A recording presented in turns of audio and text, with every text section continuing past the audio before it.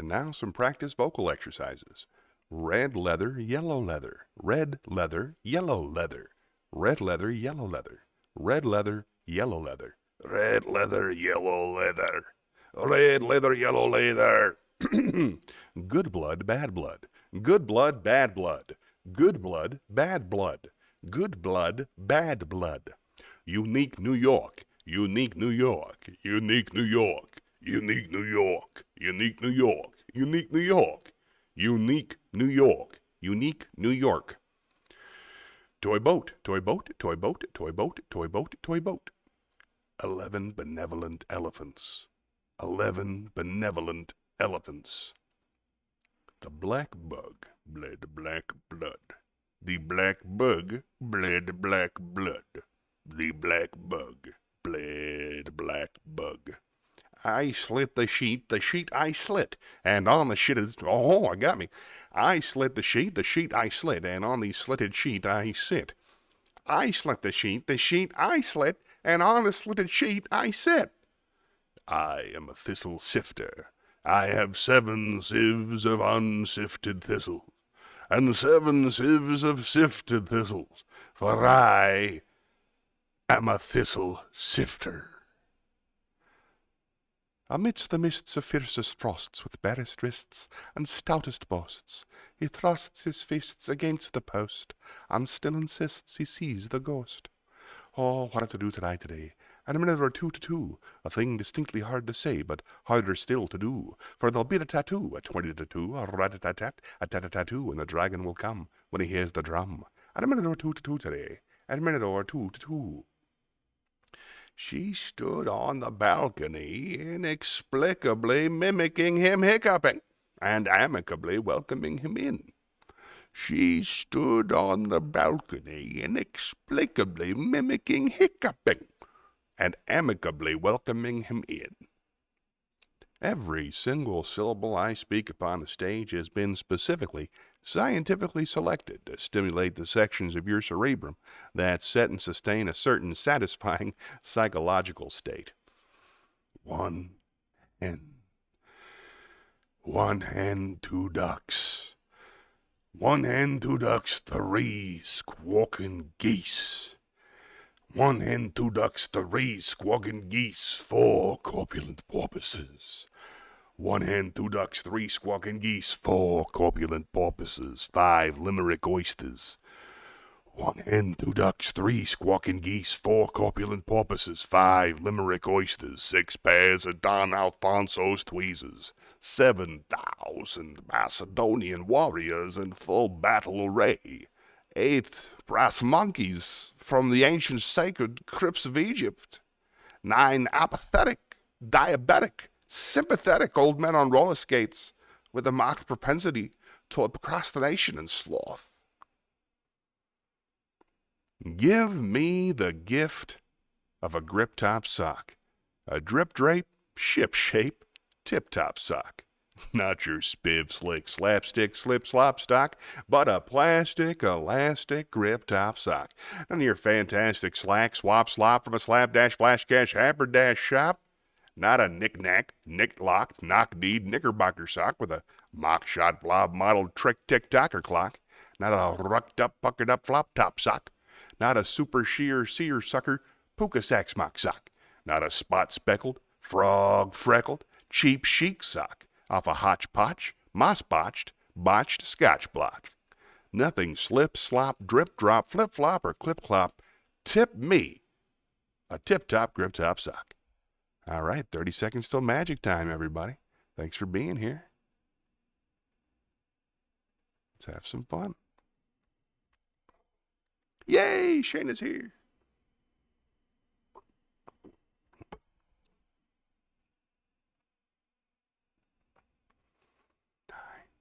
8, 7, 16, 15. Now this is an exciting part. And let me throw a couple of these. You don't have to hear these.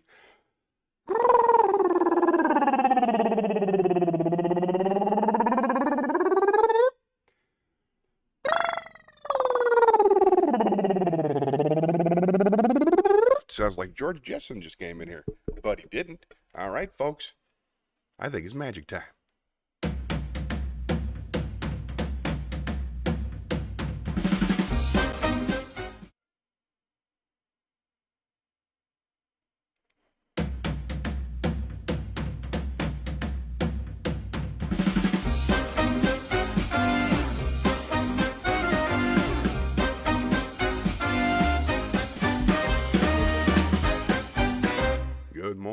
welcome to Johnny's Happy Place. I'm your host, Johnny Millwater. Very glad to see you. Thanks for coming to spend some time with me today. As you could tell, all that's messed up behind me already once again. Oh, good. Well, I hope he comes. It's always fun. He's a cool guy. I like talking to a fellow artist. It's always fun for me. Let's go to the chat chalet. We'll catch up, shall we?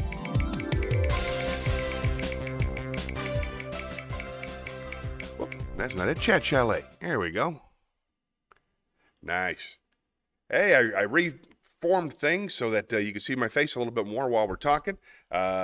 Let's see. This is our new chat layout. See, you got you over there. We can all see you. That's pretty cool. And then I'm over here talking about stuff. So here's the questions, and thanks for getting involved. Thanks for being here. I know you're on vacation this week. You're out at that cool resort you were telling me about. And I know sometimes the internet can be tricky. So thank you very, very much for spending some time with me today, making such an effort. I really appreciate it. So first, DJ Shenanigans says, I love your AI-inspired art. I'm really enjoying that, too. I found a new thing that does words called ideogram.ai, and I get like, I think 8 pictures a day or something like that, so I've been doing quite a bit of graphic work with words.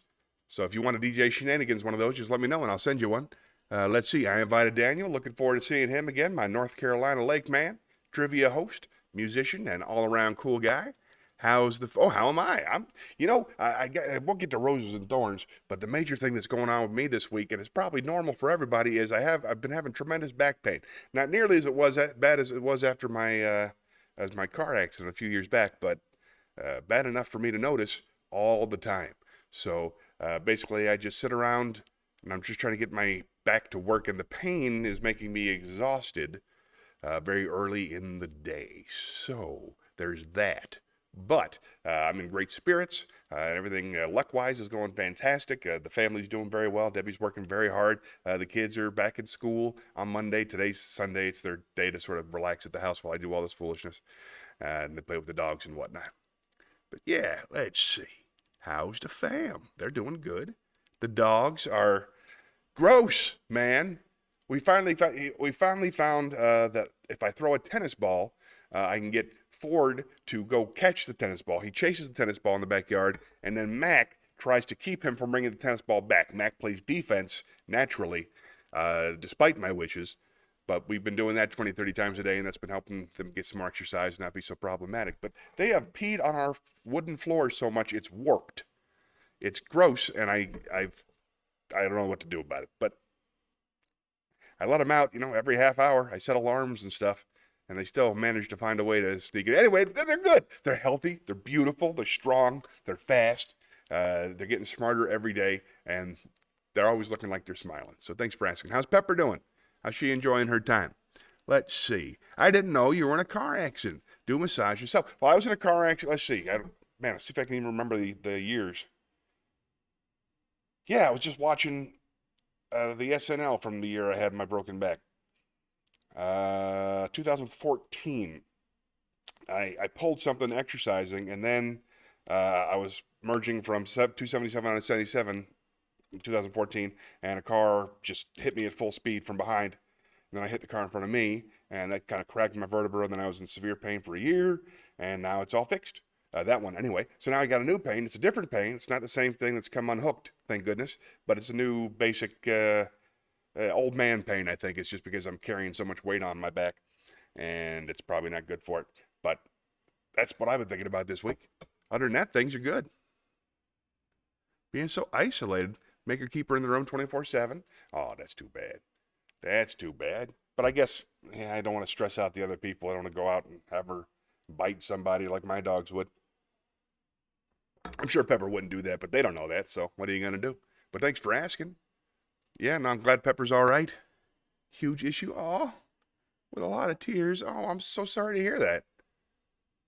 You have to just leave her locked in there, and you have to clean up her pees and poops. You're not even allowed to walk her or nothing. That's ridiculous. Pepper would never bite anyone. Good. Me neither, probably. But I can't predict the future. One of these days, I might be so mad I got to bite a guy. I don't know. All right. This is fun. I'm glad you're here, Shayna. What's it been like? I know you were worried about the food. How's the food there at the resort? I check up on her as much as I can. I'm sure you do. You're keeping busy. I know that. There's a pretty strict schedule there. I know that. So they keep you doing fun things all day. That's cool. It's like a cruise ship, I think, in that regard. She can tell me all about it. Check up as much as I can. I can only take her out when it's time to pee and poop. I'm glad she's smart enough to know when that is. I tell you what, I want to get started on the thing. Could you tell us a little bit more about your week? Just put it in the comments and I'll read it right after. I got a monologue I'm working on. I want to do this before my dad gets here because it's dark. Actually, you know what? Yeah, let's just go straight to the monologue. Why not? Forget the wheel this time. I know what I want to do. Meet me at the theater.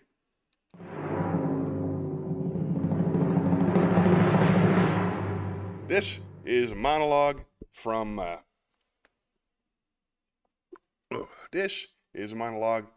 Samuel Beckett from a play called Endgame, one of his most famous plays. It's hard to describe Endgame. The scene opens up. There's 2 trash cans. Then there's an old man in a wheelchair who's covered in a sheet that's covered in blood, right? And behind him, there's 2 trash cans. There's a window over here. There's a window over there. And then a guy who can barely walk comes in, dragging his leg. Anyway, it's about after the world has ended. After everything has ended, the last 2 men on Earth are just hanging out at their house because they can't leave the house because everything around it is death. And it's just them talking to pass the time. One's an old man, one's a younger man. The old blind man is who's the one who says this monologue here. He's trying to upset the young man who can't stand. He can't sit. The blind man can't stand. The young man can't sit. It's a pretty cool play. I like it anyway.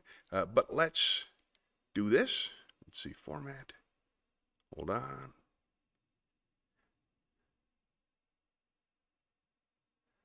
All right, here we go. Anyway, it's a bit of a sad. You have to picture a blind old man, wheelchair, long hair, little cap, Irish, and very, very, very old. And just,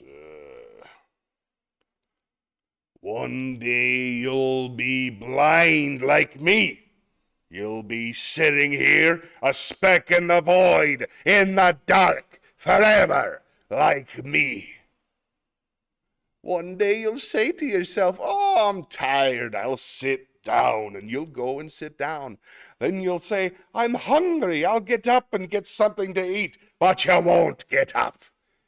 You'll say, I shouldn't have sat down, but since I have, I'll sit on a little longer, and then I'll get up and get something to eat, but you won't get up, and you won't get anything to eat. You'll look at the wall a while. Then you'll say, I'll close my eyes, perhaps have a little sleep. That'll make me feel better. And you close them. And when you open them again, there'll be no wall anymore. Infinite emptiness will be all around you. All the resurrected dead of all the ages wouldn't fill it. And there you'll be, in the little bit, in the middle of it, like a little bit of grit in the middle of the step. Yes, one day you'll know what it is. You'll be like me, except that you won't have anyone with you, because you won't have had pity on anyone, and because there won't be anyone left to have pity on you. See, I would freak out, Dad. So I'm glad you're here. That was fun. Let's see what we got.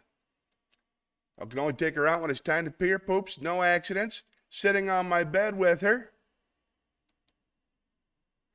I'm sitting with her on my bed on her. She's happy when she's around me and vice versa. That's wonderful. That's just a fantastic place to be. You asked. Oh, here, we'll go back to the chat. Yes, I do. We had talked about this before. I thought the day is October 13th. It's going to be Sunday, October 13th, starting at 7 p.m. at the Bizarre Theater. The Joyful Noise. Got a whole bunch of cool graphics for them, too. The Joyful Noise, comedy that makes you happy. That'll be, I have rehearsal today and a writing session, and then the first show will be Sunday, October 13th at 7 p.m. Mark your calendar. I want you there. I'm hoping you're going to be part of the team. Can't wait to see what we do. All right. It is already on your calendar. Good. We did talk about it. There's a lot going on. Things they drift in and out of the transom of our mind. Don't give it a second thought, huh? Let's spin the wheel, shall we? Let's see what the world's up to today. Here we go.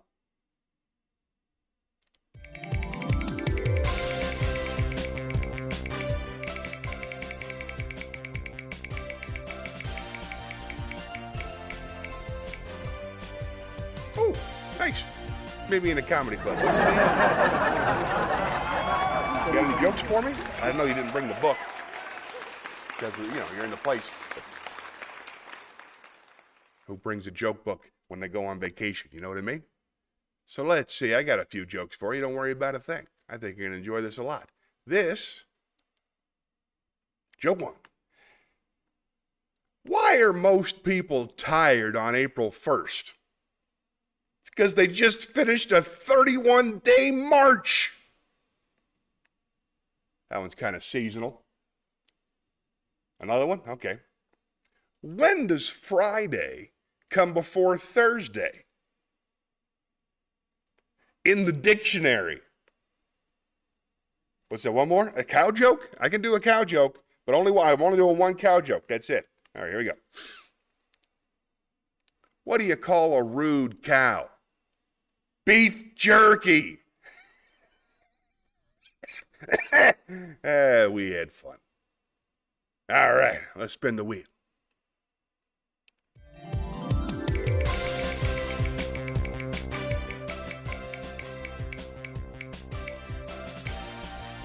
Oh, nice.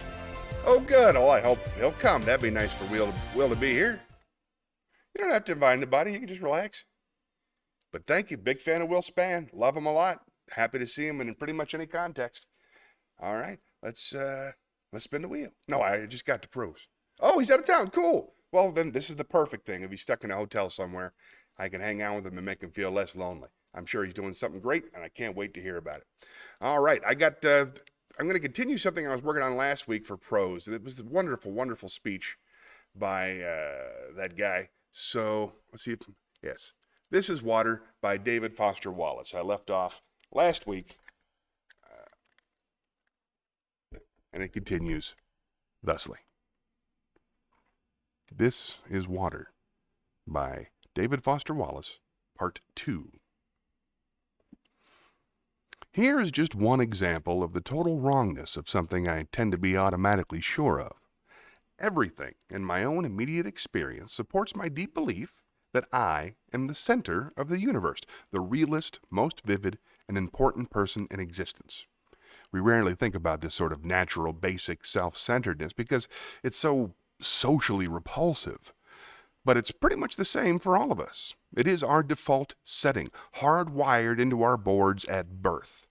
Think about it. There is no experience you have had that you are not the absolute center of.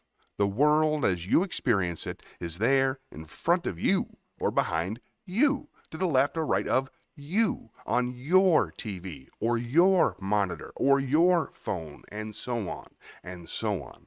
Other people's thoughts and feelings have to be communicated to you somehow, but you are your own, immediate, urgent, and real. Please don't worry that I'm getting ready to lecture you about compassion or other directedness or the other so-called virtues. This is not a matter of virtue. It's a matter of choosing to do the work of somehow altering or getting free of my natural hardwired default settings, which is to be deeply and literally self-centered, and to see and interpret everything through the lens of self. People who can adjust their natural default setting this way are often described as being well-adjusted, which I suggest to you, it's not an accidental turn. Given the triumphant academic setting here, an obvious question is how much of this work of adjusting our default setting involves actual knowledge or intellect. This question gets very tricky. Probably the most dangerous thing about an academic education, at least in my own case, is that it enables my tendency to over-intellectualize stuff, to get lost in abstract argument inside my head, instead of simply paying attention to what's going on right in front of me, paying attention to what's going on inside me. As I'm sure you guys know by now, it is extremely difficult to stay alert and attentive instead of getting hypnotized by the constant monologue inside your own head. Maybe happening right now. 20 years after my own graduation, I have come gradually to understand that the liberal arts cliché about teaching you how to think is actually shorthand for a much deeper, more serious idea. Learning how to think really means learning how to exercise some control over how and what you think. It means being conscious and being aware enough to choose that you pay attention to, and to choose how to construct your meaning from the experience. Because if you cannot exercise this kind of choice in adult life, you will be totally hosed. Think of the old cliche about the mind being an excellent servant but a terrible master. This, like so many cliches, so lame and unexciting on the surface, actually expresses a great and terrible truth. It is not the least bit coincidental that adults who commit suicide with firearms almost always shoot themselves in the head. They shoot their terrible master, and the truth is that most of these suicides are actually dead long before they pull the trigger. We'll take a pause from there, and we'll go back to the chat. Looks like some stuff's going on. Weird. All right. Hey, here we are, back in the chat. So Will's out of town for a comedy show. Very cool. Yeah, why not? We'll leave it up, see how it looks. He said he's in a shitty hotel room and was brave enough to go to Cracker Barrel. I like Cracker Barrel on the road, and shitty hotel rooms, yeah. Travel with your own pillow, my friend. Changes the world. All right. We're all caught up. If there's anything else on your mind, let me know. Let's spin the wheel again.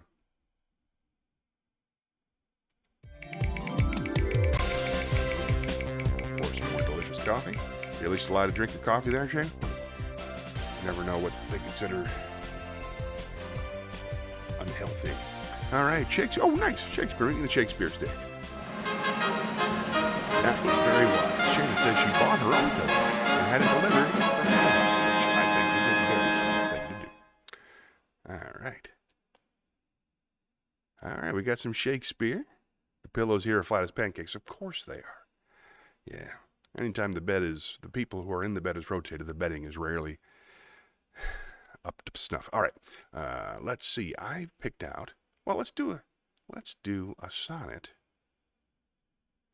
And before we get going, hey, I need a new pillow anyway. I'm excited about one thing. You know how I'm interested in language. I'm watching Shogun, which is a show on Hulu about Japanese warriors during the ancient Shogun era. That's not how you say it, but the olden days. And I discovered that the Japanese, what's the word I'm looking for? A word that softens an idea. That the Japanese word, forget about it, the Japanese word for sex is pillow. It's a euphemism, that's the word, is pillow. Like they would pillow somebody. They don't bang them, they pillow them, which I thought was pretty cool, and I hope catches back on. All right. It's nice to have things delivered here. It's hard to imagine life before Amazon. It really has changed everything. Okay, let's do some Shakespeare. Let's see if I can't squeeze a sonnet in before Dad gets here. This is sonnet number 38 by William Shakespeare. How can my muse want subject to invent while thou dost breathe, that pourest into my verse thine own sweet argument, too excellent for every vulgar paper to rehearse? Oh, give thyself the thanks, if aught in me worthy perusal stand against thy sight. For who's so dumb that they cannot write to thee, when thou thyself dost give invention light? Be thou the 10th muse, 10 times more in worth than those old 9 which rhymers invocate. And he that calls on thee, let him bring forth eternal numbers to outlive long date. If my slight muse do please these curious days, the pain be mine, but thine shall be the praise. Yeah, fun. I love getting things delivered too. Oh, I got, you know how I'm in my life uniform, I got 2 brand new shirts. I'm still gaining all the weight from this medication I'm on. So I had to buy 2 long sleeve shirts from Amazon. I got 2 brand new blue Dickies work shirts. And I love having brand new Dickies work shirts. They feel great. Just something that happened this week. Neither here nor there. Nothing else in the chat. Let's keep moving. Spin the wheel.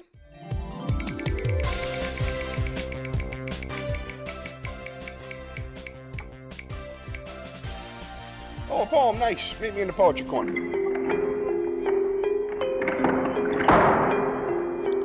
Got 3 for you this week. I gotta be honest, the poetry part is one of my favorite parts.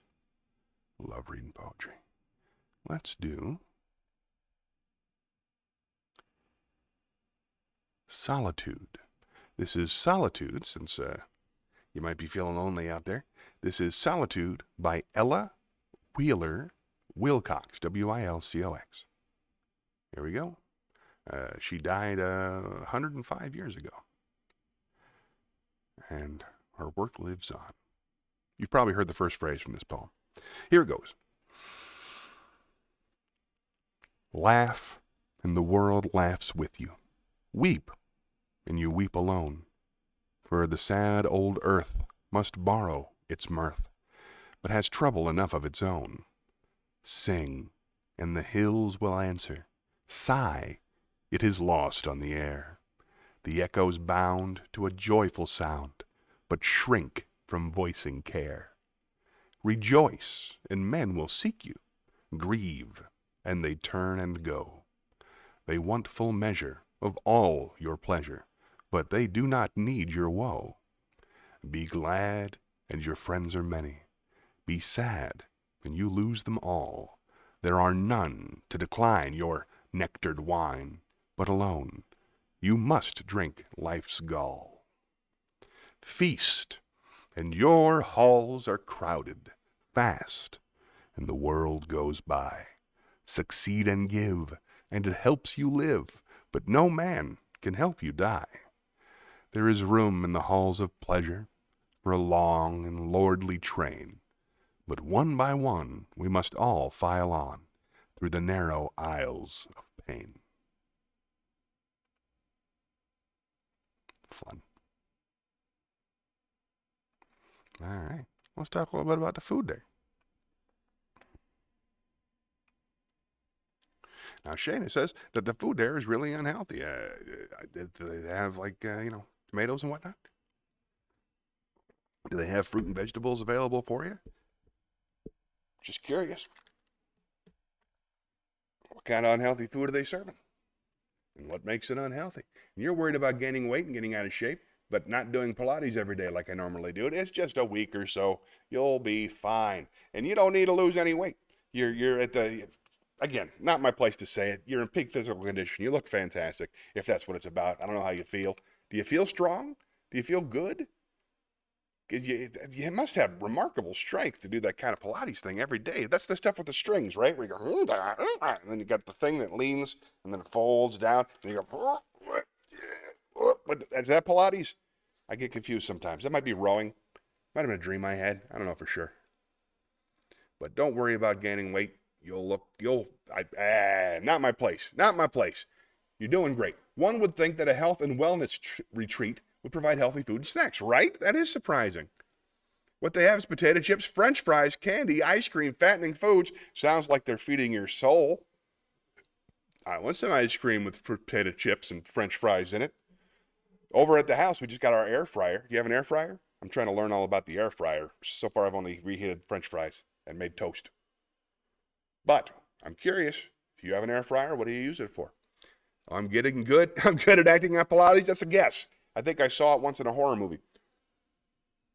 But I've never been in a Pilates class. It's named after the guy that killed Jesus, isn't it? That's scary. All right. That's Pontius Pilate. It's probably true. I don't know. All right, all caught up. Talking. Oh, there we go. Pilates in a horror movie. Oh, yeah, for sure. Or it might have been just a scary sketch on Saturday Night Live. Now that I think about it, it was a cult that they were trying to.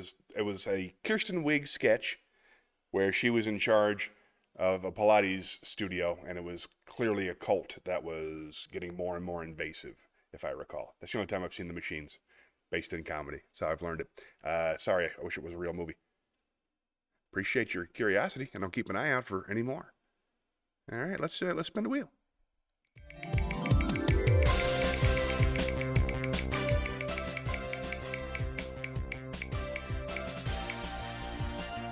Oh, good. Zen Koan. meet me in the campfire, would you?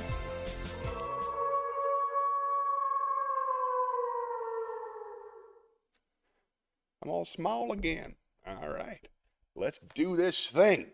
I have for you a Zen Koan, number 79, Incense Burner. A woman of Nagasaki named Kame was one of the few makers of incense burners in Japan. Such a burner is a work of art to be used only in a tea room or before a family shrine. Kame, whose father before her had been such an artist, was fond of drinking. She also smoked and associated with men most of the time.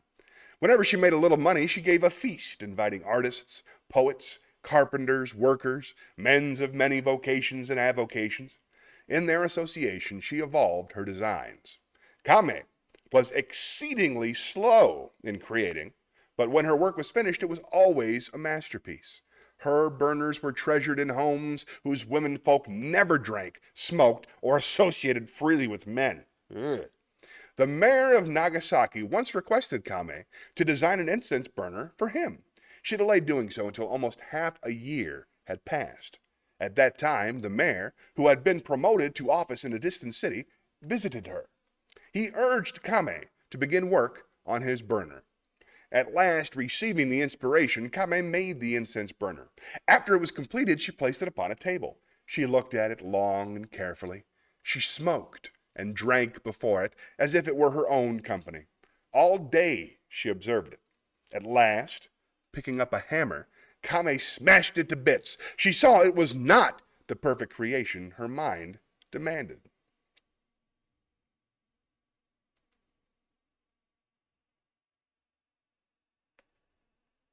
Okay, let's see.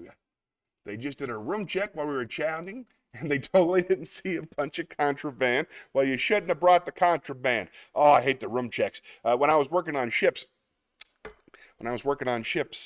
every day at some random point, security would come in and search your cabin. And I just hated that. I just felt so invasive every single time. Thank goodness they don't go through your drawers. Well, it's not that kind of party, I think. They should keep their hands out of your drawers. That's the way I feel about it. Hey, I'm going to fix this real quick. Is this bothering you? It's bothering me. Let me take a look. Let's see. There's darker.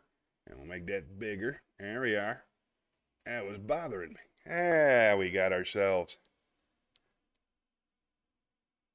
That's it, right there. Perfect. All right.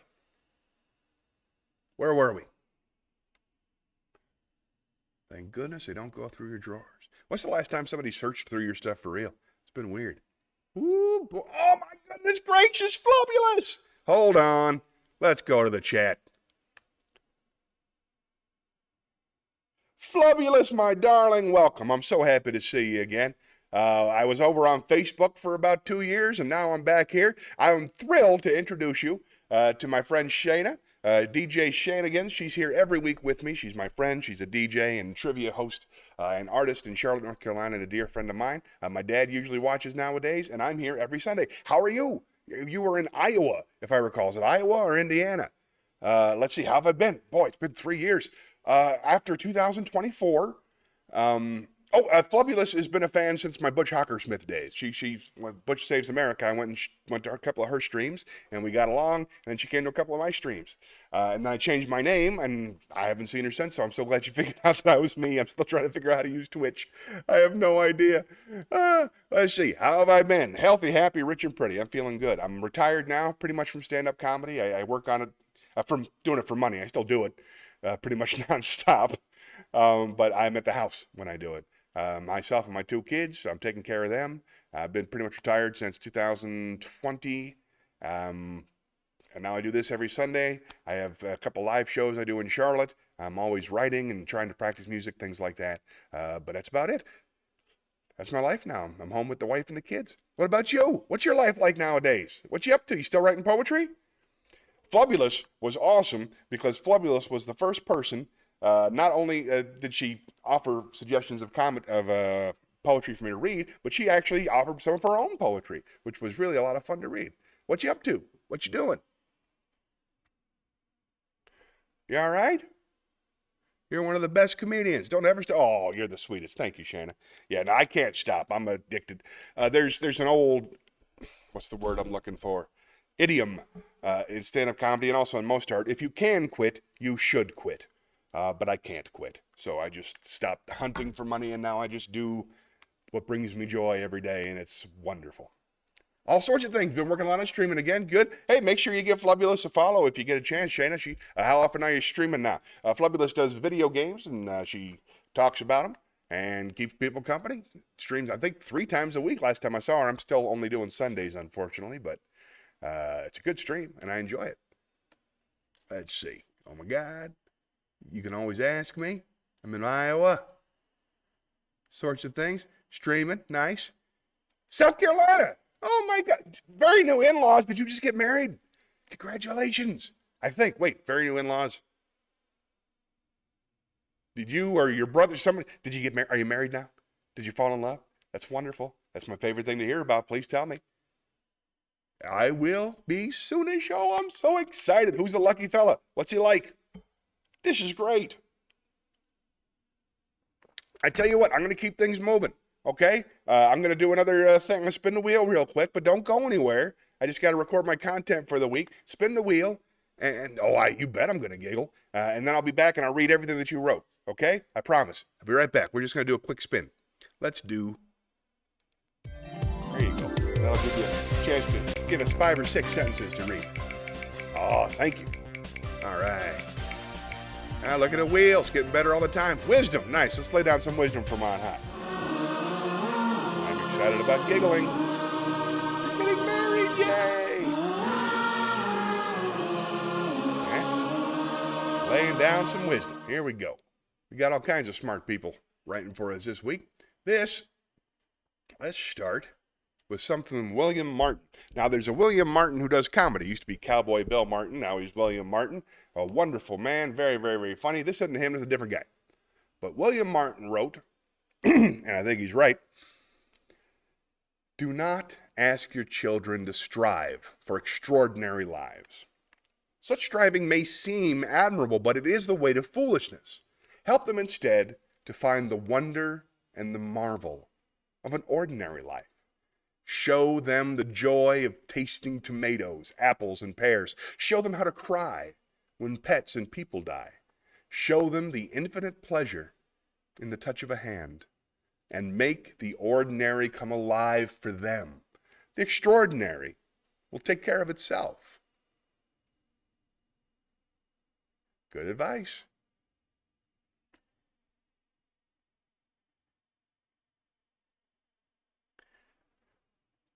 Thank you. The whole point of a live stream is to make it interactive. Appreciate you, Shayna. Thanks for interacting. You're the greatest. All right, let's spin the wheel. No, we already did the wheel. Let's see. Flubbulous is typing it up. Can't wait. When you come to South Carolina, let me know. We can get together. I live in North Carolina. It's very close. Here it is. Yay. All right, let's go back to the chat. We'll go to the chat and talk about it. Oh, this is great, Flubbulous. I'm so happy. I missed you so much. I tried joining the chat sessions on card charts, and it was not very interactive at all. I'm not familiar with card charts. That sounds terrible. I don't know what that is. Go ahead. Good for you for knowing the comparison is unhealthy, but I am curious. I'm glad you watched some other streams, though. Flubbulous, you're a streamer. You can help us out. Shayna, Flubbulous knows the answers to our questions about how to make our stream more popular and how to make it better. So if you have any, feel free to ask her. She can help us. But let's talk about Flubbulous's new adventure. She just wrote, I met him streaming, exciting, and he moved here 2 years ago. Did he move there to be with you? Or a coincidence? Either way, that's wonderful. Get to be together. Let's see. Although he is 21 years old, my junior. Wow, that 21 years, my junior, and his dad's family live and hail from Scotland. Oh, you got yourself a foreigner. He's there right now. Will be a part of my family with a very famous great aunt. All right, this is exciting for me. So let's summarize. 21 years you're younger. I thought you were like 30. So that dude's like 9.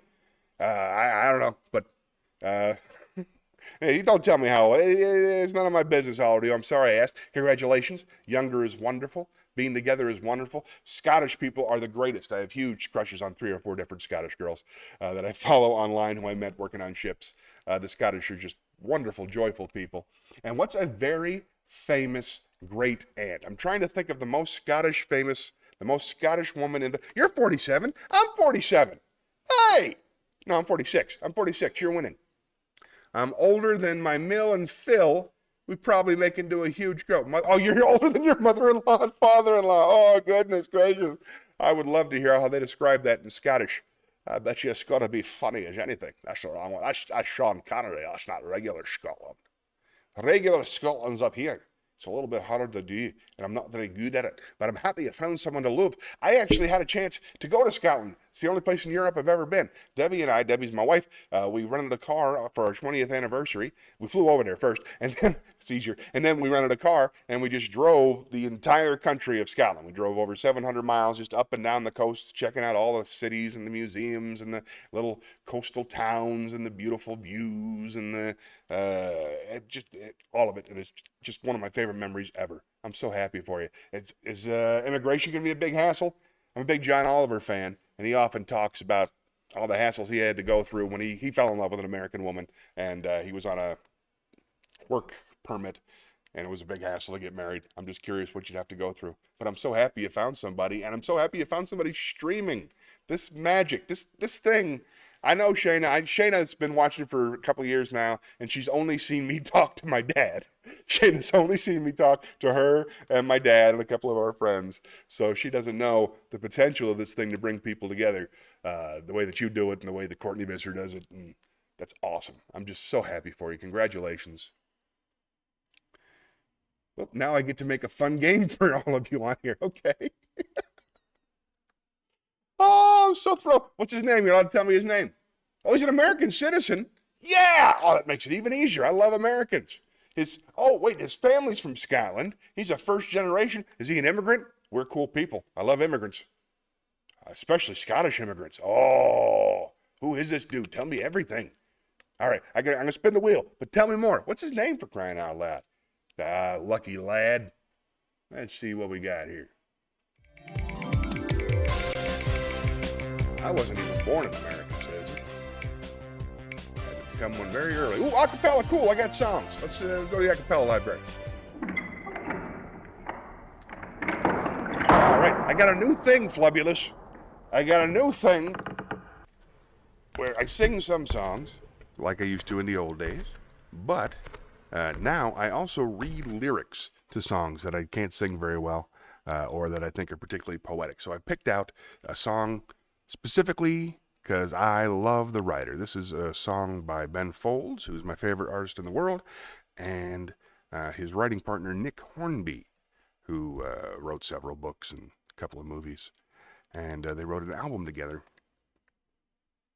And I can't remember the name of the album, but this is a poem that was turned into a song that I'm turning back into a poem. And this poem is specifically about Saskia Hamilton and how the poet likes the sound of her name.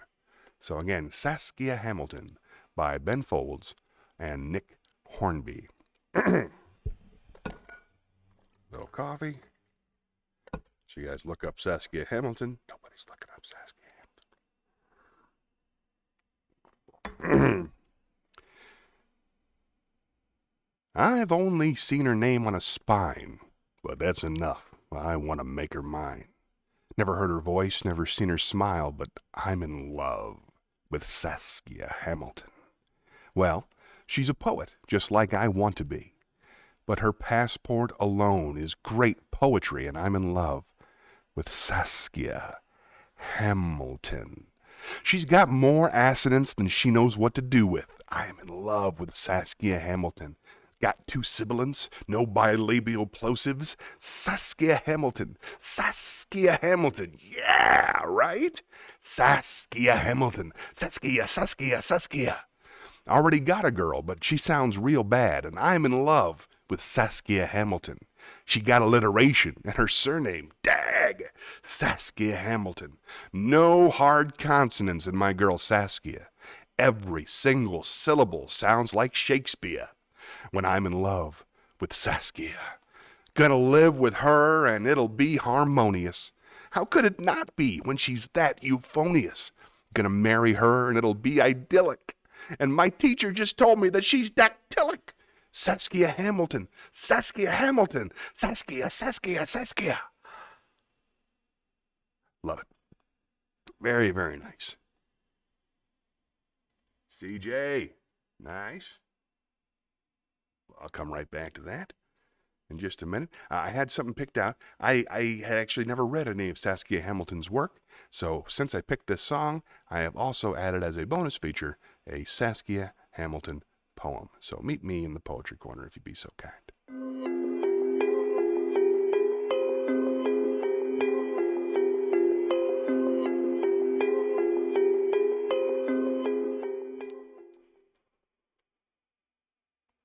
All right, this is from All Souls by Saskia Hamilton.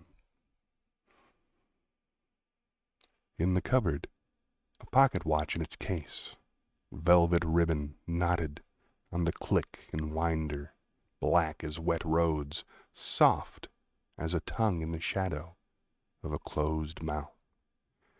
Its precision jewel bearing is ruby.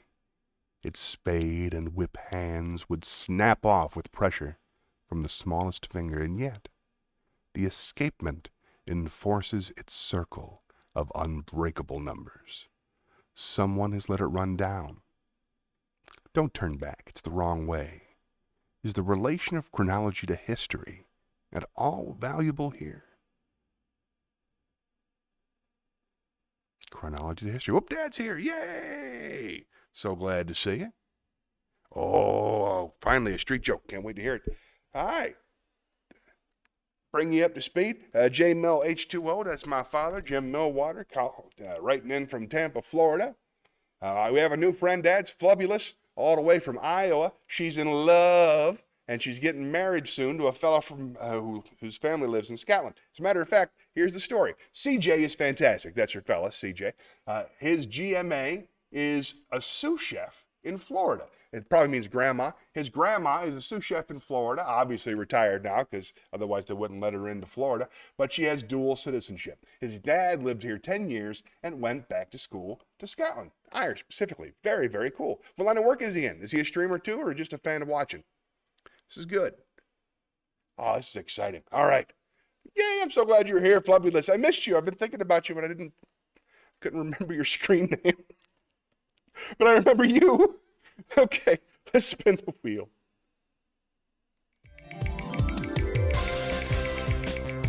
Yeah, who is this famous flub who's going to be related to? Zen Koan. Very nice. Oh, okay, there you go. Let's say hello. Let's meet me at the campfire.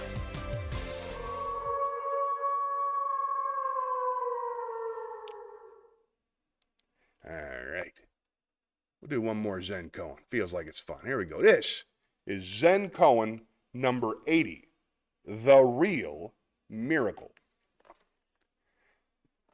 When Benkai was preaching at Ryuman Temple, a Shinshu priest who believed in salvation through the repetition of the name of the Buddha of love was jealous of his large audience and wanted to debate with him. Benkai was in the midst of practicing. Benkai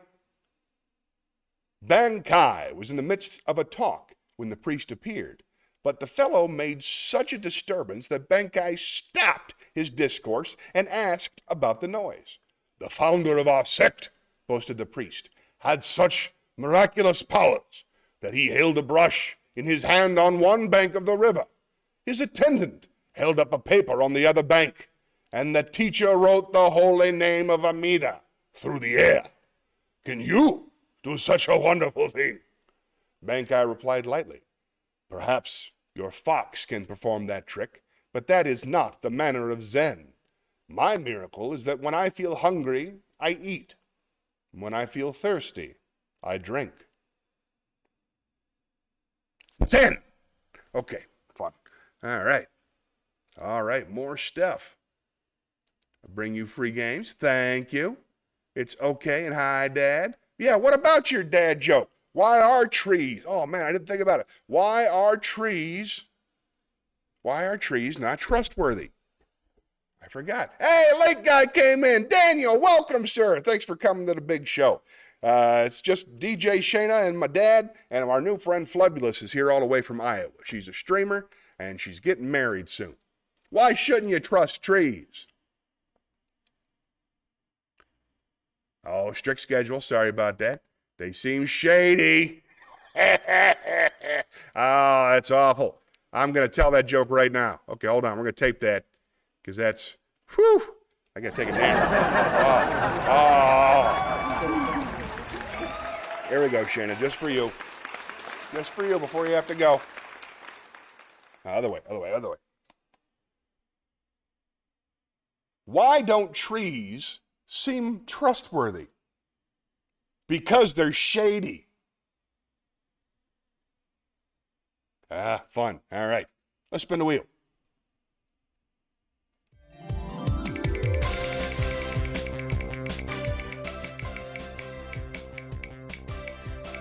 Ooh, nice. Ooh, man, that's a great joke. Hold on, I'm going back to the comedy. We'll do a monologue in a second. But I'm going back to the comedy club to tell that joke. That's fantastic. Oh, this is exciting. All right, I think I know who it is because I only know one person in American Pie, and she's super famous this month. After an unsuccessful harvest. Okay, hold on. After an unsuccessful harvest. Nope. After an unsuccessful harvest. Ooh, wordy. Okay.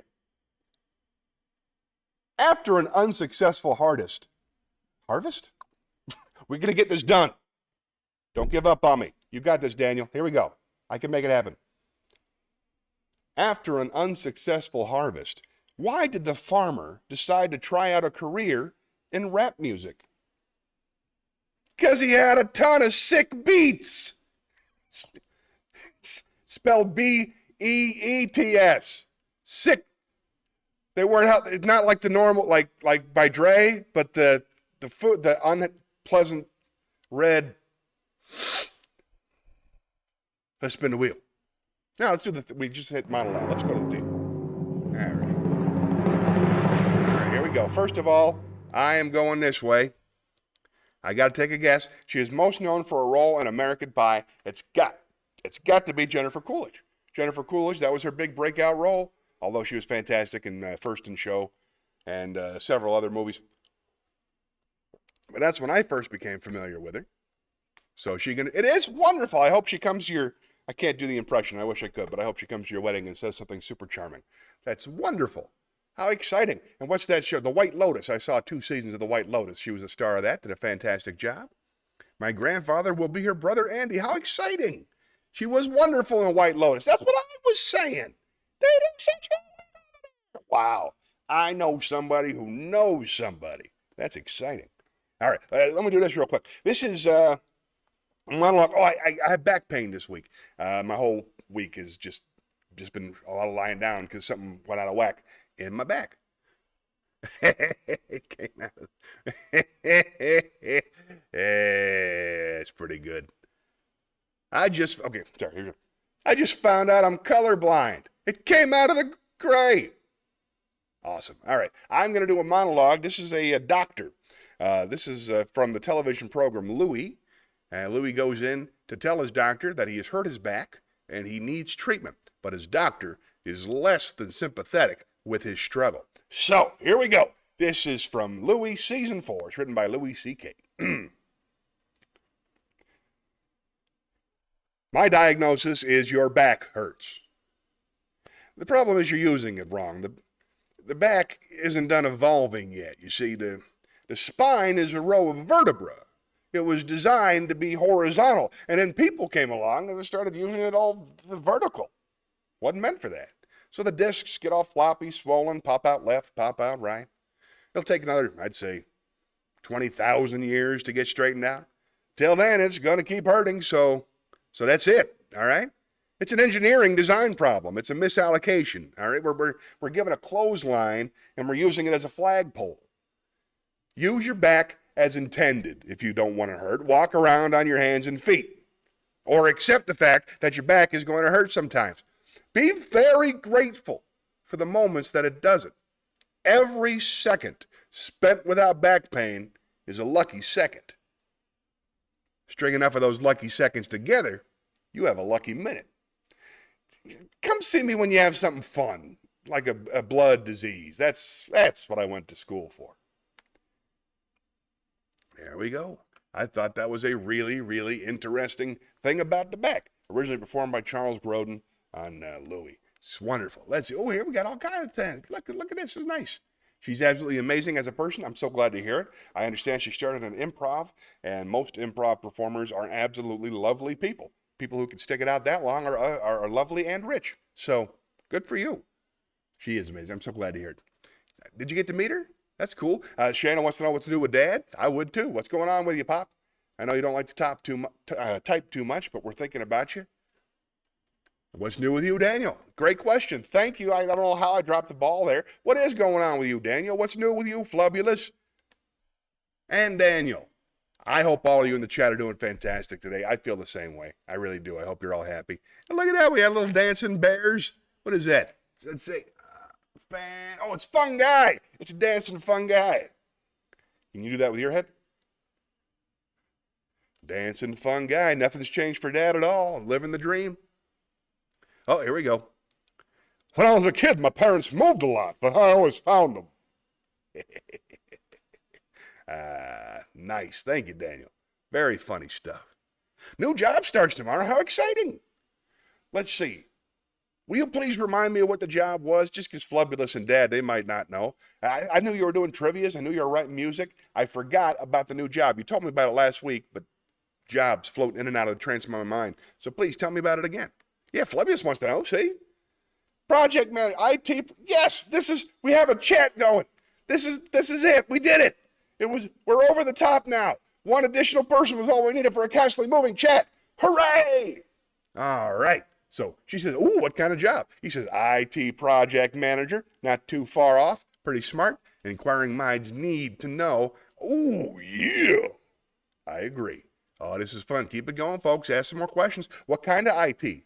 Are they a trustworthy company? Are you working for like a supervillain or something? Was it like IT for cigarettes, or is it for Apple or other organizations that might need IT? Let's spin the wheel. Here we go. I'm a fun guy. Nice. Not smart, just play one on TV. I can't even get on TV, so you're killing it, bud. Pros, nice. Let's continue. Pros. I've been reading something special. This is part 3. Fun guy, get it? Get it? We're fun. All right. I have, I don't know if you guys are fans of David Foster Wallace. I am. Last week, I just found out about a speech that he wrote, that he gave as a graduation speech. It's entitled, This is Water, and that's what I've been reading for prose this week. So this is Water, Part 3, by David Foster Wallace. Submit that this is what the real, no bullshit value of your liberal arts education is supposed to be. How to keep you from going through your comfortable, prosperous, respectable adult life dead, unconscious, a slave to your head and your natural default setting of being uniquely, completely, imperially alone, day in and day out. That may sound like hyperbole or abstract nonsense. Let's get concrete. The plain fact is that you graduating seniors do not yet have any clue what day in, day out really means. There happens to be whole, large parts of American adult life that nobody talks about in commencement speeches. One such part involves boredom, routine, and petty frustration. The parents and older folks here will know all too well what I'm talking about. By way of example, let's say it's an average adult day. And you get up in the morning, go to your challenging white-collar college graduate job, and you work hard for 8 to 10 hours, and at the end of the day, you're tired and somewhat stressed, and all you want is to go home and have a good supper and maybe unwind for an hour, and then hit the sack early because, of course, you have to get up the next day and do it all again. But then you remember there's no food at home. You haven't had time to shop this week because of your challenging job. So now, after work, you have to get in your car and drive to the supermarket. It's the kind of work day, and traffic is apt to be so bad. Very, very bad. So getting to the store takes way longer than it should, and when you finally get there, the supermarket is very crowded because, of course, it's the time of day when all other people with jobs also try to squeeze in some grocery shopping. And the store is hideously lit and infused with soul-killing music or corporate pop. And it's pretty much the last place you want to be. But you can't just get in and quickly out. You have to wander all over the huge, overlit store's confusing aisles to find the stuff you want. And you have to maneuver your junky cart through all these other tired, hurried people with carts, etc., etc. Cutting stuff out because it's a long ceremony. And eventually, you get all your supper supplies, except now it turns out that there aren't enough checkout lanes, even though it's the end-of-day rush. So the checkout line is incredibly long, which is stupid and infuriating. But you can't take your frustration out on the frantic lady working the register who is overworked at a job whose tedium daily and meaninglessness surpasses the imagination of any of us here at a prestigious college. But anyway, you finally get to the checkout line's front, and you pay for your food, and you get told, "Have a nice day," in a voice that's the absolute voice of death. Then you have to take your creepy, flimsy, plastic bags of groceries in your cart with one crazy wheel that pulls maddeningly to the left all the way out into the parking lot, and then you have to drive all the way through slow, heavy, SUV-intensive rush hour traffic, etc., etc., etc. Everyone here has done this, of course, but it hasn't yet been part of your graduate's actual life routine, day after week after month after year. But it will be. And many more dreary, annoying, seemingly endless and meaningless routines besides. But that is not the point. The point is that petty, frustrating crap like this is exactly where the work of choosing is going to come in. Because the traffic jams and crowded aisles and long checkout lines give me time to think. And if I don't make a conscious decision about how to think and what to pay attention to, I'm going to be pissed and miserable every time I have to shop. Because my natural default setting is the certainty that situations like this are really all about me. All about my hungriness and my fatigue and my desire to just get home, and it's going to seem for all the world like everybody else is just in my way. And who are all these people in my way? And look at how repulsive most of them are, and how stupid and cow-like and dead-eyed and non-human they seem in the checkout line. Or at how annoying and rude it is that people are talking loudly on cell phones in the middle of the line. And look at how deeply and personally unfair this is. Or, of course, if I'm in a more socially conscious, liberal arts form of my default setting, I can spend time in the end-of-the-day traffic being disgusted about all the huge, stupid, lane-blocking SUVs and Hummers and V12 pickup trucks burning their wasteful, selfish 40-gallon tanks of gas. And I can dwell on the fact that the patriotic or religious bumper stickers always seem to be on the biggest, most disgustingly selfish vehicles, driven by the ugliest. All right. This is an example of how not to act, though, all right? Most disgustingly selfish vehicles driven by the ugliest, most inconsiderate and aggressive drivers. And I can think about how our children's children will despise us for wasting all the future's fuel and probably screwing up the climate, and how spoiled and stupid and selfish and disgusting we all are, and how modern consumer society just sucks, and so forth and so on. You get the idea.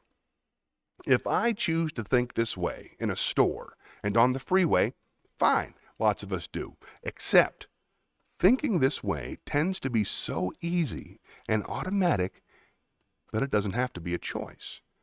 It is my natural default setting. It's the ultimate and automatic way that I experience the boring, frustrated, crowded parts of adult life when I'm operating on the automatic, unconscious belief that I am the center of the world and that my immediate needs and feelings are what should determine the world's priorities. The thing is that, of course, there are totally different ways to think about these kinds of situations.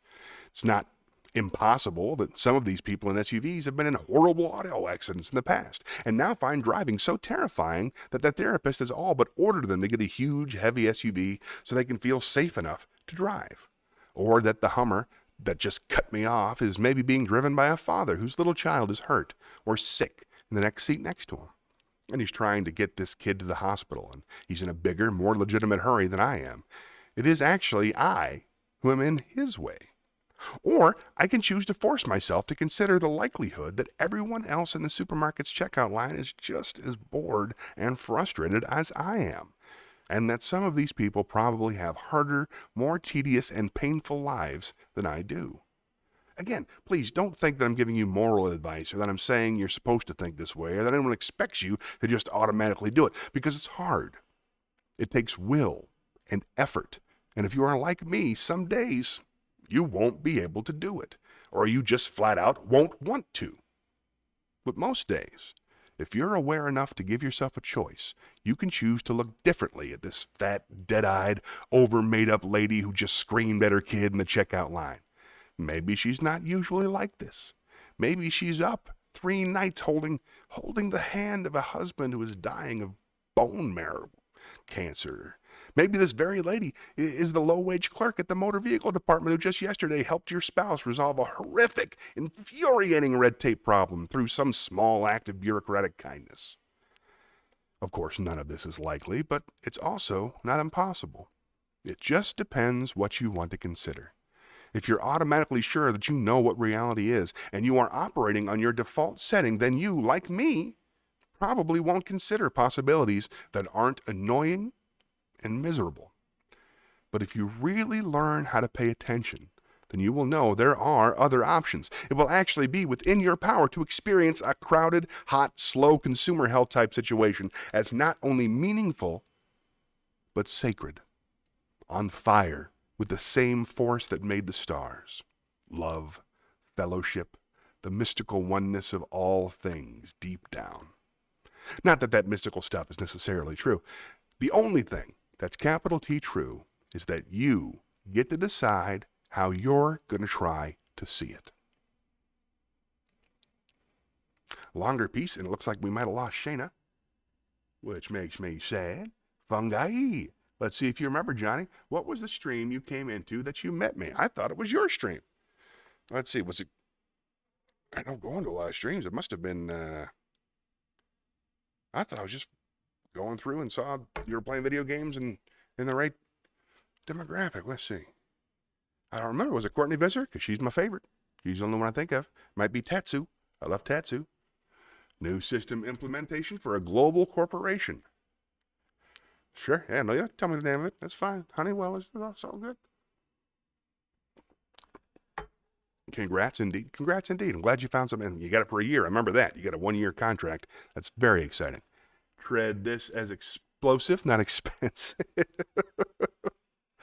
And I work for a large orange cat. My dad, he's sitting in his chair in a beautiful place in Tampa, Florida, with a little cat that tells him what to do. All right, we're up to speed. Let's spin the wheel.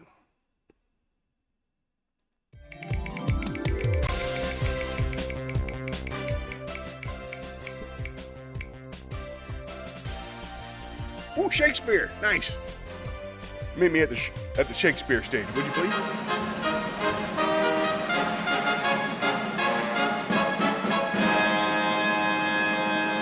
All right, this is the ending of A Midsummer Night's Dream, one of the great monologues. This, of course, is read by Puck, also known as Robin, I believe. To be honest with you, I haven't seen the whole show all the way through. I've just seen this monologue delivered in Dead Poets Society, and that was enough. So I'm going to try to be as fey as I possibly can and enjoy the character. Here we go. So I'm going to see if I can be playful. There we go. All right.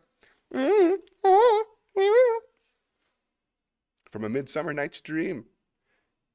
If we shadows have offended, think but this, and all is mended, that you have but slumbered here while these visions did appear, and this weak and idle theme no more yielding but a dream. Gentles, do not reprehend. If you pardon, we will mend. And as I am an honest puck, if we have unearned luck now to scape the serpent's tongue, we will make amends ere long. Else the puck a liar call. So good night unto you all. Give me your hands if we be friends, and Robin shall restore amends. Fun. 400 years, still feeling it. That's cool. All right. Nothing else in the chat? Is everybody okay? Did everybody stop talking after Shayna left? Let's see. What did you read as expensive? What do you do for a living, Flubbulous? You mind if I ask? I forget. I'm a retired stand-up comedian. My buddy over there, Dad's retired. And, of course, North Carolina Lake man, IT, Global Corporation. Way to go, bud.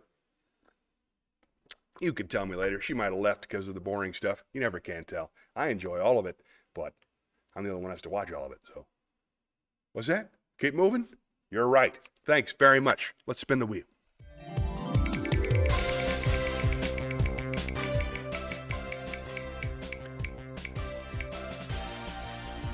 Poem!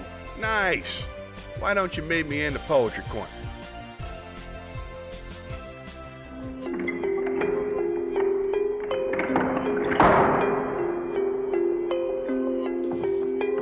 Got ourselves a nice piece of optimistic art. This is a poem entitled Things Work Out by Edgar Albert Guest. My chat may be delayed or I need to refresh it. I don't know how to do that, but I'll try. Oh wait, I'll try right now. There's a refresh button. Oh, there it is. Now I know what's going on. Thank you very much, my friend. I'm still trying to learn how all this stuff works. Death Nut Stream, Death Nut Challenge. I didn't know that was a thing. All right. Hope everybody has a great rest of your weekend. Bye, Shayna. I believe I met you during the Death Nut Challenge 3.0. I don't remember the Death Nuts. I remember it being like a weird science fiction-y thing. My doctor told me to watch my drinking. Now I drink in front of a mirror. This guy's all right. You're a funny guy, Lake Guy. Love it. Gotta go. Mom calling. I know how that is. We'll miss you, bud. Glad you get to talk to your mom. I miss mine. Currently working at a restaurant. Hey, I used to work in restaurants, sort of. I was a magician from the time I was 15 until I was about 20 or so. And then I did magic in restaurants. Really? Not at all interesting? Keep it moving? You're right. Down here, I think your chat may be delayed, but we fixed it. Now we're up to speed, and I thank you. All right, let's do this poem called Things Work Out by Edgar Albert Guest, each word spelled correctly. Because it rains when we wish it wouldn't, because men do what they often shouldn't, because crops fail and plans go wrong, some of us grumble all day long. But somehow, in spite of the care and doubt, it seems at last that things work out. Because we lose where we hoped to gain. Because we suffer a little pain. Because we must work when we'd like to play. Some of us whimper along life's way. But somehow, as day always follows the night, most of our troubles work out all right. Because we cannot forever smile. Because we must trudge in the dust a while. Because we think that the way is long. Some of us whimper that life's all wrong. But somehow we live and our sky grows bright, and everything seems to work out all right. So, bend your troubles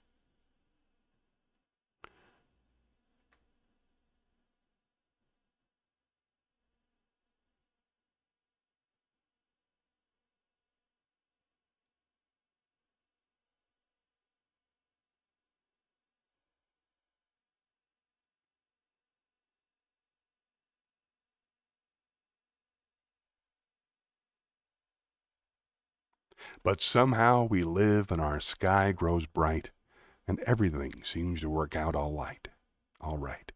So bend to your trouble and meet your care, for the clouds must break and the sky grow fair. Let the rain come down, as it must and will, but keep on working and holding still. For in spite of the grumblers who stand about, somehow it seems, all things work out. We'll fix that in the edit. I had a little attack there. Everything's fine. All right. Thanks for the heads up on the refresh. Let me try again. Nope, nothing since then. Fun. All right, let's spin the wheel then.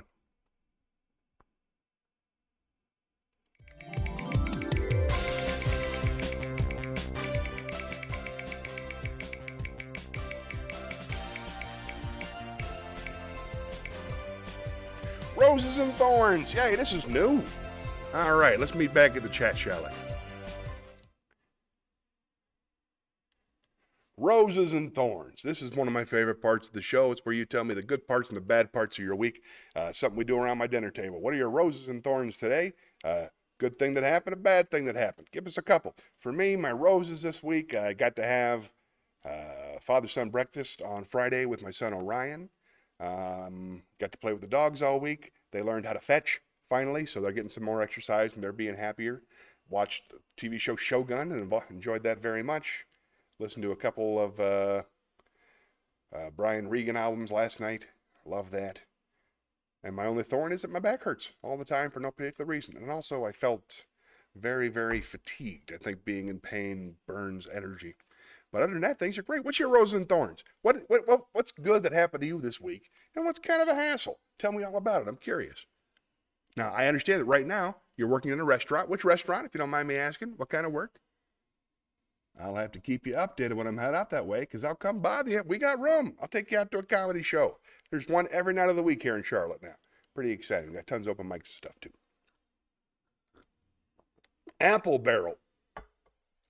No roses or thorns. So boring. Sorry, Dad. I assume you mean Cracker Barrel. Is there an apple barrel? But I actually make all the cold food for the truck stop. Oh, okay, cool. Apple barrel. I've never heard those words together in a non-Halloween party setting. But that's very cool. Making food for the people. It reminds me of a joke. This is a dirty joke. I'm not going to use this in the show. This is just for you, Flubbulous. Okay. A man goes into a truck stop and he sees a woman behind the counter, and there's a sign. And the sign says, sandwiches, $5, hand jobs, $25. So the man, he looks at the woman behind the counter, and he says, you the woman who makes the sandwiches? She says, yes, I am. He says, well, wash your fucking hands. I want a sandwich. You're the girl who gives the hand jobs. I screwed it up. You get it. Woo! Apple Barrel is part of the Sapp Brothers chain. I'm not familiar with the Sapp Brothers either. Maybe it's a whole different culture out here. Are the Sapp Brothers a big part? That's an old joke, and I think I screwed it up, but God bless you for the LOL. I'll take it. And if you put this laughing emoji thing, it floats over there. I always love that part, too. It's out west more so. Gotcha. I'll keep an eye on Apple Barrel. Right on. Let's spin the wheel. What about your roses and thorns? Don't forget to tell me about good and bad things that happen this way. Hey, I love it. Look at it, little dancing toasts. Live streaming. Ah, that's entertainment, folks. That is fun for me. I hope you're having fun, too. Let's see. How we doing? Ooh, tacos or roses? Oh, those are dancing tacos. Nice. Tacos. Are taco sandwiches? I submit they are. All right, let's see. We did that. Ooh, let's spin the wheel. Hopefully that won't come up.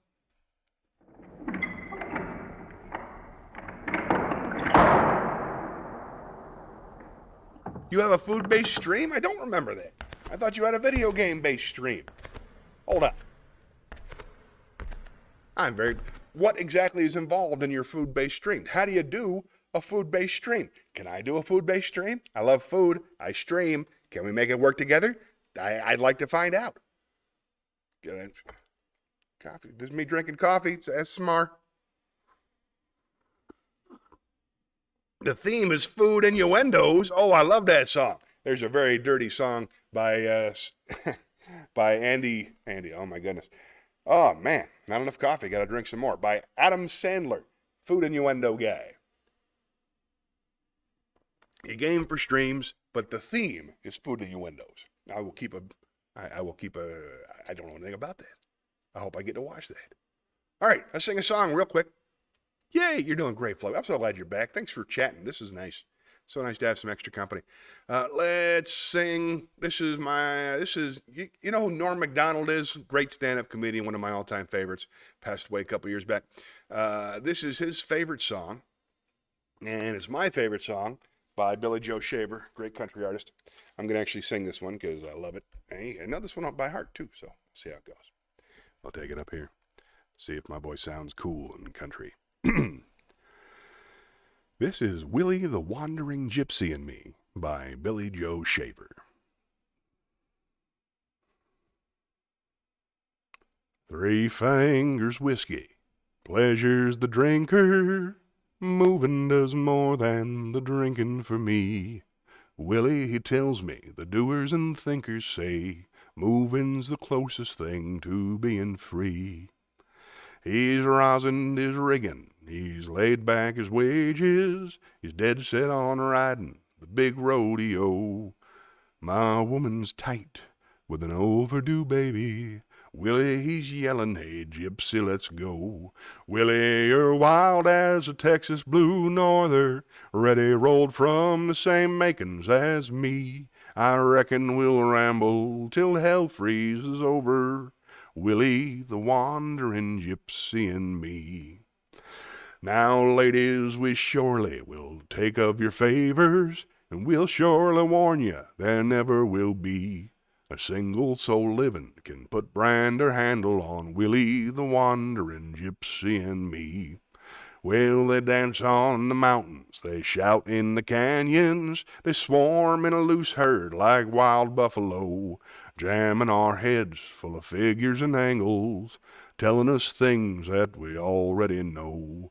Willie, you're wild as a Texas blue norther, ready rolled from the same makings as me. I reckon we'll ramble till hell freezes over. Willie, the wandering gypsy and me. Love that song. Bye, Dad. There is a room adjacent I must visit. Bye, son. Love you. 100% because you need it and deserve it. Why not?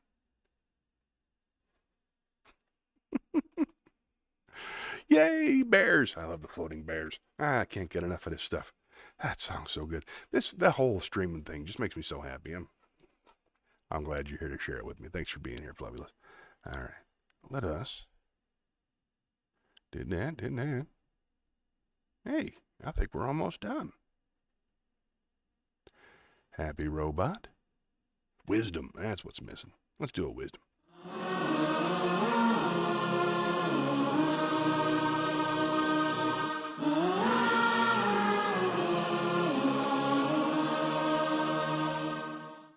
Let's do some wisdom. Oh, the voice is still there.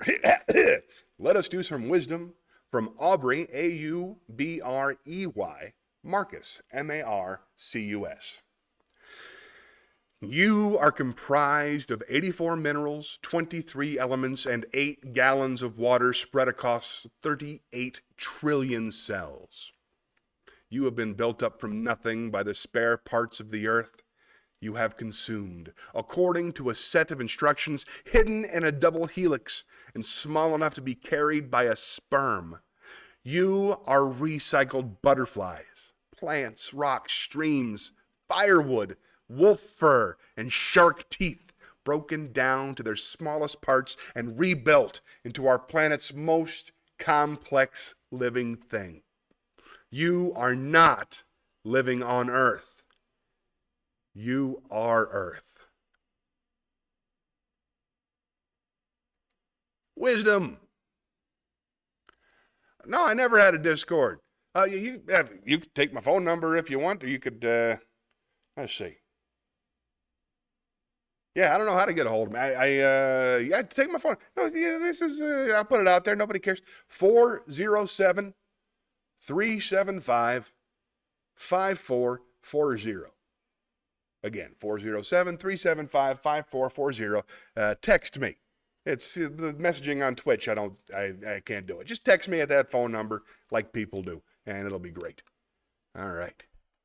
I think we're all done for today. So let's head back in and we'll have one last chat. Back to the talk show desk. Weird.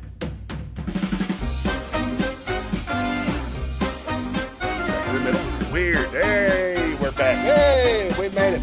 Thank you so much for watching. I'm glad to see you again, Flubbulous. We're here every Sunday from 11 till about 12:30 when we're done. Hope you're doing great. Congratulations on finding love. It's the best thing in the world. I can't wait to hear about that as it progresses. I'm just going to sign off. And until next time, remember, there's only one way to save this country, and that's for all of us to love each other. So love yourself first, then love somebody else. Then if you can, love everybody. That's what I'm trying to do. We'll meet again, don't know where, don't know when, but I know we'll meet again some sunny day. Keep shining through, just like you always do, and the blue skies will push the dark clouds far away. And would you please say hello to the folks that I know and tell them I won't be long. They'll be happy to know that as you saw me go, I was singing this song. We'll meet again, don't know where, don't know when, but I know we'll meet again some sunny day. Thanks for watching. Tell your friends. Hope to see you next Sunday at 11. And until next time, remember, be good, but not too good.